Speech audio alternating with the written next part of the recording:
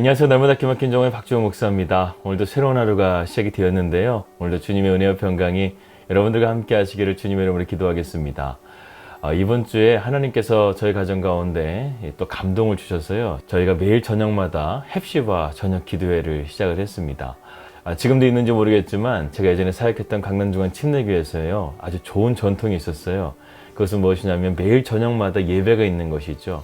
주일 빼고는 월요일부터 토요일까지 매일 저녁 8시 반부터 9시까지 전도사님이 돌아가면서 설교하고 또 그리고 1시간 정도 CD를 틀어놓고 성도들이 하루의 마무리를 기도로서 잘 마무리할 수 있도록 그렇게 기도할 수 있는 시간을 열어놓았다는 것입니다. 저도 그때가 기억이 나는데요. 많이 모이는 것은 아니에요. 한 10명에서 한 15명 정도 이게 성도님들이 모여서 말씀을 듣고 함께 기도하는데 참 은혜가 되었던 것 같습니다. 그런데 요즘 들어서 자꾸만 그것이 생각이 나게 되고 또 감동을 주셔서 아내한테 이것을 말했더니 좋다고 그렇게 하면서 이번 주 월요일부터 저희가 저녁마다 이 저녁 기도회를 시작을 하게 되었습니다.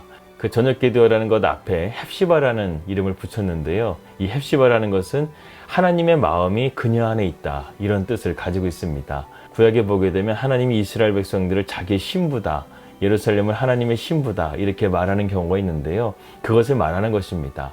하나님을 섬기고 하나님을 예배하는 자들이 바로 주님의 마음 안에 있다 이런 것을 의미하는 것인데요. 그래서 우리가요 주님의 사랑받는 신부로서 하나님을 매일같이 예배하겠다 이런 마음을 가지고 헵시바 저녁 기도회를 시작합니다. 여러분들도 이것을 위해서 기도해 주시고요.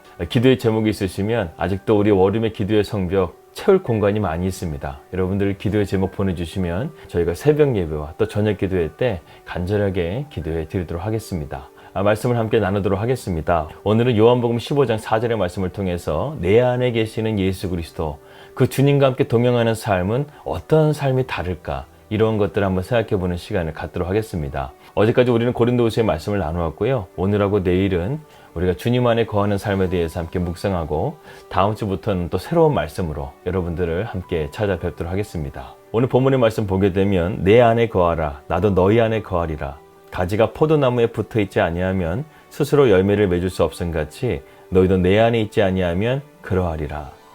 오늘 본문에서 주님은요 아주 의미심장한 이야기를 우리에게 전해주고 있습니다. 바로 우리가 주님 안에, 주님이 우리 안에 거하게 된다는 사실이죠. 요한복음 14장은 그 유명한 포도나무의 비유가 있는 말씀입니다. 주님은 포도나무시고 우리는 그분의 가지이고 하나님 아버지는 농부시라. 이것을 통해서 우리가 풍성한 열매를 맺는 아름다운 신앙의 원리가 들어있다는 것을 우리가 볼 수 있죠. 먼저 오늘 요한복음 14장 말씀을 통해서요 예수님의 생명의 비결이 무엇인지를 우리가 말씀을 통해서 볼 수가 있습니다. 즉 예수님께서 이 땅 가운데 공생애를 살아가시면서 자신의 사명을 완수하기 위한 그 신앙의 비결이 무엇인지를 우리는 알 수 있다는 것이죠. 그것은 바로 하나님과의 깊은 교제였어요. 예수님의 공생애를 보게 되면 주님은 언제나 하나님과 만나기 위해서 조용한 곳으로 가셔서 기도하신 것을 볼 수 있습니다. 주님은 언제나 하나님 안에 거하셨던 것이죠. 우리의 삶도 마찬가지입니다. 오늘을 사는 우리도 주님 안에 거하는 자리로 나아가야 된다는 것이죠. 그래서 우리는 기도를 하고 말씀을 보고 예배를 드립니다. 그리고 우리의 삶의 영역 가운데서 거룩한 순종으로 나아갑니다. 성경에서 말하는 거룩이라는 단어는요 헬라어 하기오스라는 말인데 이 말은 다르다라는 의미를 가지고 있습니다. 쉽게 말해서 보통 물건과 다른 어떤 특별한 물건을 말할 때 우리는 다르다 이런 말을 쓸 때가 있죠. 세상 사람들과 그리스도인이 다르고 하나님의 택한 자와 택함 받지 못한 자가 다르고 하나님께 영광을 돌리는 자와 세상의 영광을 돌리는 자와 다르다고 말할 때 우리는 이 하기오스라는 단어를 쓴다는 것이죠. 여러분은 어떻습니까? 이러한 다름의 원칙을 가지고 살아가고 있습니까? 오늘은 이러한 다름의 원칙을 가지고 살아가고 있었던 한 사람을 여러분들에게 소개하려고 합니다. 그 사람은 바로 느헤미야였어요. 느헤미야는 예루살렘의 포로 시기에 태어났던 사람이었습니다. 그렇기 때문에 그는 이방 땅에서 살아야만 했어요. 그런데 그럼에도 불구하고 느헤미야는 하나님을 사랑하고 하나님의 뜻 가운데 살아가기를 열망했던 사람이었습니다. 그러한 느헤미야에게 하나님께서는 특별한 은혜를 부어주십니다. 여러분 한번 잘 생각해 보세요. 예루살렘 성벽을 재건하는 그 일을요 예루살렘에 살고 있는 사람을 통해서 일하신 것이 아니라 이방 땅에서 살고 있는 느헤미야를 통해서 하나님 일하셨다는 것이죠. 무엇을 의미하는 것입니까? 하나님을 경외하고 하나님을 참되게 믿는 자에게 하나님께서는 이러한 하나님의 역사를 맡겨주신다는 것입니다. 그리고 하나님께서는 이러한 일을 맡겨주실 때 그냥 보내시는 것이 아니라 그에게 지혜와 명철과 능력까지 하나님께서 부어주시면서 이 모든 일들을 할 수 있도록 하나님께서 섭려해 주시는 것을 보게 됩니다. 우리가 느헤미야를 통해서 대단한 점을 발견할 수가 있는데요. 그는 예루살렘에 가지 않고도 문제의 해법을 볼 수 있는 지혜가 있었다는 거예요. 이것을 누가 주셨다는 거예요? 하나님이 주셨다는 거예요. 느헤미야가 예루살렘의 형편을 듣고 마음의 깊은 슬픔과 금식으로 기도하며 나아가 있었을 때 하나님께서는 느헤미야로 하여금 술 맡은 관원장이 되게 하셨어요. 높은 지위로 그를 높이셨다는 거예요. 그리고 아닥사스다 왕을 만나게 하시고 그의 얼굴에 근심이 있는 것을 보고 느헤미야야, 너에게 무슨 근심이 있느냐? 너에게 반드시 근심이 있다. 그것을 내게 말하라. 그럴 때 느헤미야가 하나님 앞에 기도하고 그 다음에 아닥사스다 왕에게 자신의 조국에 대한 문제를 의논하기 시작합니다. 이것을 보면서 우리가 무엇을 알 수 있어요? 느헤미야는 모든 것들 가운데 하나님의 지혜와 하나님의 능력을 구하는 삶을 살았다는 것입니다. 이처럼 하나님께서 쓰시는 리더들은요, 언제나 겸손하게 하나님의 뜻을 구하고 하나님 앞에 나아갔다는 것을 보게 됩니다. 우리가 느헤미야의 특징을 몇 가지로 볼 수 있는데요. 첫 번째로 느헤미야는 남들보다 더 멀리 볼 수 있는 안목을 가졌습니다. 느헤미야는요, 예루살렘에서 태어난 사람이 아니에요. 그리고 지금 그가 예루살렘에 살고 있지 않습니다. 그런데 어떻게 수백 킬로미터나 떨어진 그곳에서 예루살렘에 대한 문제를 제대로 바라보고 그 해법을 찾을 수 있었느냐 이거예요. 이것을 누가 주신 것입니까? 하나님께서 그런 안목을 주셨다는 거예요. 두 번째로 느헤미야는 조국에 대한 뜨거운 사랑을 가지고 있었어요. 그래서 느헤미야는 이것이 하나님께서 자신에게 부어주신 사명이라는 사실을 그는 깨달았다는 것입니다. 흔히 오랜 시간 동안 신앙생활을 하면서도요, 자신의 사명이 무엇인지, 자신의 비전이 무엇인지도 모르면서 신앙생활을 하는 사람들이 있습니다. 하나님께서 나에게 주신 사명이 무엇이지? 나의 비전이 무엇이지? 여러분, 어렵게 생각할 거 없어요. 하나님께서 우리에게 주신 비전은 분명합니다. 이 땅 가운데 하나님의 복음을 증거하는 거, 영혼을 구원하는 거, 이것이야말로 가장 확실한 우리의 사명인 줄 믿습니다. 우리가 하나님의 영광을 위해서 이렇게 나아가게 될 때 하나님께서는 이것에 필요한 모든 것들을 공급하여 주신다는 것이죠. 느헤미야는 자신에 대한 비전이 분명했고 또 무엇이 필요한지를 정확하게 알았습니다. 그래서 그는 예루살렘을 갈 때 왕에게 성전을 증축할 수 있는 자재와 그리고 유다까지 안전하게 갈 수 있는 왕의 허가서를 구했던 것입니다. 당시 예루살렘 주변 국가들은 성전 증축을 대부분 반대하는 입장이 있었습니다. 몇몇의 적국들은 이런 느헤미야의 계획을 방해하고 온갖 음모를 꾸몄었죠. 심지어는 느헤미야를 죽이려고까지 했었습니다. 그러나 느헤미야는 현명했고 지혜로웠어요. 이들의 꼼수가 무엇인지를 알았다는 것입니다. 그래서 이러한 수많은 위기들을 주님의 은혜 가운데서 넘어갈 수 있었다는 거예요. 내가 사망의 엄청난 골짜기를 다닌다 할지라도 해를 두려워하지 않으면 주께서 나와 함께 하심이라. 이 말씀과 같이 느헤미야는 온갖 적들의 공격 가운데서도 하나님의 함께 하심을 통해서 그는 자신의 사명을 이루어갈 수 있었다는 것이죠. 이러한 느헤미야 한 사람을 통해서 하나님의 역사가 이루어져 갑니다. 그냥 지었어도 불가능한 이 예루살렘의 성벽이 수많은 적들의 공격이 있었음에도 불구하고요, 52일 만에 이것이 완공되어집니다. 느헤미야의 지혜와 전략도 뛰어났지만 이 모든 것들을 주관하시는 하나님의 섭리가 없었다고 한다면 이것은 불가능했다는 것이죠. 하나님께서 이런 느헤미야에게 예지의 능력과 백성들의 마음을 모을 수 있고 또 그러한 힘과 능력들이 모든 것이 공급되어질 수 있도록 하나님께서 일하셨다는 것입니다. 느헤미야에 이 지혜를 주신 분이 누구세요? 하나님이시라는 거예요. 느헤미야에게 이 사명을 주신 분이 누구십니까? 하나님이시라는 것입니다. 느헤미야에게 이러한 지혜와 왕에게 말할 수 있는 타이밍을 줄 수 있는 분이 누구십니까? 하나님이시라는 거예요. 결국에는 하나님께서 시작하신 일은 반드시 하나님께서 끝을 맺으신다. 우리가 이러한 또한 진리를 발견할 수 있게 됩니다. 그러니까요, 우리가요, 정말 기도 가운데 이 일은 하나님께서 기뻐하시는 일이라고 생각되어진다고 한다면 그 일을 시작하십시오. 그리고 중간에 어떠한 방해가 있다 할지라도요, 끝까지 포기하지 말고 앞으로 나아가십시오. 하나님께서 시작하신 일이라고 한다면 하나님은 반드시 그 일을 끝맺게 해주실 것입니다. 오늘 아침 생명의 삶 큐티의 말씀도 그러한 말씀이에요.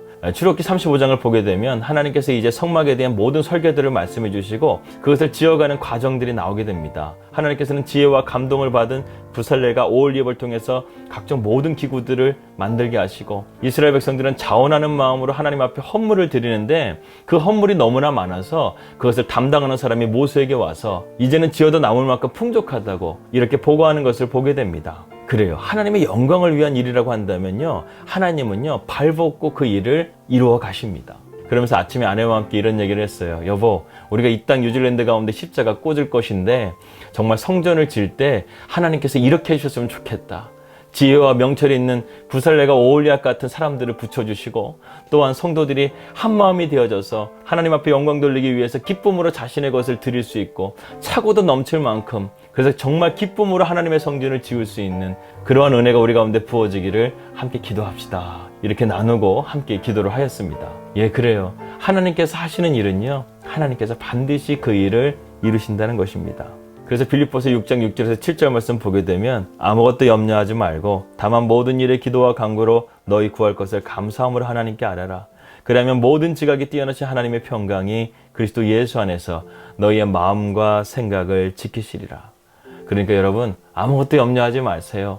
그리고 하나님 앞에 모든 기도로서 나아가세요.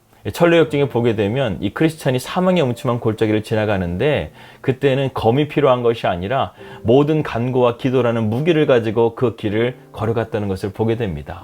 우리가 사망의 음침한 골짜기를 간다 할지라도 주님이 나와 함께 하시고 우리가 주님이 함께 하신다고 한다면, 이사야서 43장의 말씀과 같이 내가 물 가운데 지나갈 때도, 내가 불 가운데 지나갈 때도, 심지어는 마귀가 나를 에워싼다 할지라도 하나님께서 함께 하심을 통해, 내가 그리스도 안에 있음을 통해서 우리는 넉넉하게 그 모든 것들을 이길 수 있을 줄을 믿습니다. 누가 우리를 그리스도의 사랑에서 끊으리요? 환난이나 공고나 박해나 적신이나 위험이나 칼이라. 기록된 바 우리가 종일 주를 위하여 죽임을 당하게 되며 도살당할 양과 같이 여김을 받을지라도 우리를 사랑하시는 예수 그리스도로 말미암아 우리가 넉넉하게 이길 수 있는 믿음도 하나님이 주시는 거예요. 그렇기 때문에 우리 인생의 방향을 주님께 두고 주님을 향할 때 주님은 그 일을 책임져 주시고 은혜를 베풀어 주신다는 사실입니다. 최근에 목회를 오랫동안 하신 원로 목사님과 교제를 할 수 있는 시간을 가졌습니다. 그분은 한 교회에서 목회를 잘 하시다가 어려움을 당하시고 나이 50에 교회를 개척하시게 되었다고 합니다. 나이 50에 개척을 하려고 하니까 얼마나 힘드셨겠습니까? 그래서 하나님께 매달리기 위해서 3년 동안 단 하루도 빠지지 않고 월요일만 되면 쉬지 않고 전국에 있는 기도원을 다니면서 하나님 앞에 간절하게 기도했다고 해요. 그러면서 하나님께서 자신에게 귀중한 깨달음을 주셨다는 거예요. 그때 하나님께서 무거운 짐을 지고 있는 저에게 이렇게 말씀하셨습니다. 무거운 짐을 내려놓아라. 그 짐은 네 짐이 아니라 나의 짐이다. 너는 내 안에 거하며 평안과 안식 안에 거하라. 주님의 이 음성을 들으셨을 때 목사님은요, 마치 무거운 짐이 벗겨지는 것처럼 참된 자유함을 누리게 되었다는 것입니다. 그러면서 목사님이 이렇게 깨달으셨다고 해요. 아, 교회는 주님이 목자가 되시고 주님이 주인 되시고 주님이 일하시는 곳이 되어야 하는구나. 나는 주님께 위탁받은 자르구나. 그전까지는 내 목회라고 생각했는데 그것이 아니구나. 주님의 것이구나. 주님의 교회구나. 주님께 나는 위탁받은 자이구나. 이것을 생각하면서 주님께 모든 것을 맡기는 거예요. 때로는 안 되는 일들이 있어요. 막히는 일들이 있어요. 관계가 얽혀지는 일들이 있어요. 내 힘으로는 안 돼요. 그때는 주님께 맡기는 거예요. 기도하는 거예요. 엎드리는 거예요. 그러면 주님께서 그 문제를 하나하나씩 풀어가신다는 것이죠. 왜? 주님이 교회이기 때문에 주님께서 이 문제를 풀어가신다는 것입니다. 이것을 깨달은 목사님께서는 23년의 시간 동안에 정말 주님과 동행하면서 행복하게 목회를 하시고 잘 마칠 수 있었다는 것입니다. 여러분, 우리도 마찬가지죠. 주님이 우리 안에 계신다는 것은 우리의 삶을 책임져 주시겠다는 것이고 우리의 삶을 인도해 주시겠다는 것입니다. 그래서 인생의 무거운 짐을 너무 혼자 짊어지으려고 바등바등 살지 마세요. 그것을 주님께 내려놓으세요. 그리고 주님께 이렇게 기도하세요. 주님, 제 인생은 이제 주님 것 아닙니까? 주님과 함께 하고 싶습니다. 주님, 내게 힘을 주세요. 내게 능력을 주세요. 내게 지혜를 주세요. 이렇게 기도하고 나아갈 수 있다고 한다면 선하신 주님께서는 저와 여러분의 삶 가운데 넉넉하게 이기는 은혜, 풍성한 은혜, 아름다운 열매를 맺는 건강한 믿음으로 나아가게 하실 줄을 믿습니다. 오늘 우리는 진정한 인생의 목적이 바로 주님 안에 있다는 사실을 깨닫고 오늘도 주님을 바라보면서 믿음으로 승리하시는 저와 여러분들 되시기를 주님의 이름으로 기도하겠습니다. 기도합니다. 하나님 아버지, 감사합니다. 오늘도 우리가 주님 안에 거하는 삶을 살게 하여 주시옵소서. 그로 말미암아 세상과 다른 하나님께 영광을 돌릴 수 있는 복된 삶으로 우리를 인도하여 주셔서 하나님께서 복을 내려주시고 오늘도 우리의 삶을 선한 길로 인도하여 주시옵소서. 예수님의 이름으로 기도하였습니다. 아멘. 다음 주부터 새롭게 말씀을 시작하게 될 텐데요. 지금 기도하면서 준비하고 있습니다. 여러분들과 함께 좋은 말씀으로 또한 나눌 수 있도록 여러분들 기도해 주시고 내일까지는 예수님 안에 거하는 삶에 대해서 함께 2시간 동안 말씀을 나누도록 하겠습니다. 평안하 되시고요. 저는 내일 뵙도록 하겠습니다. 우리 믿음으로 승리합시다. 할렐루야.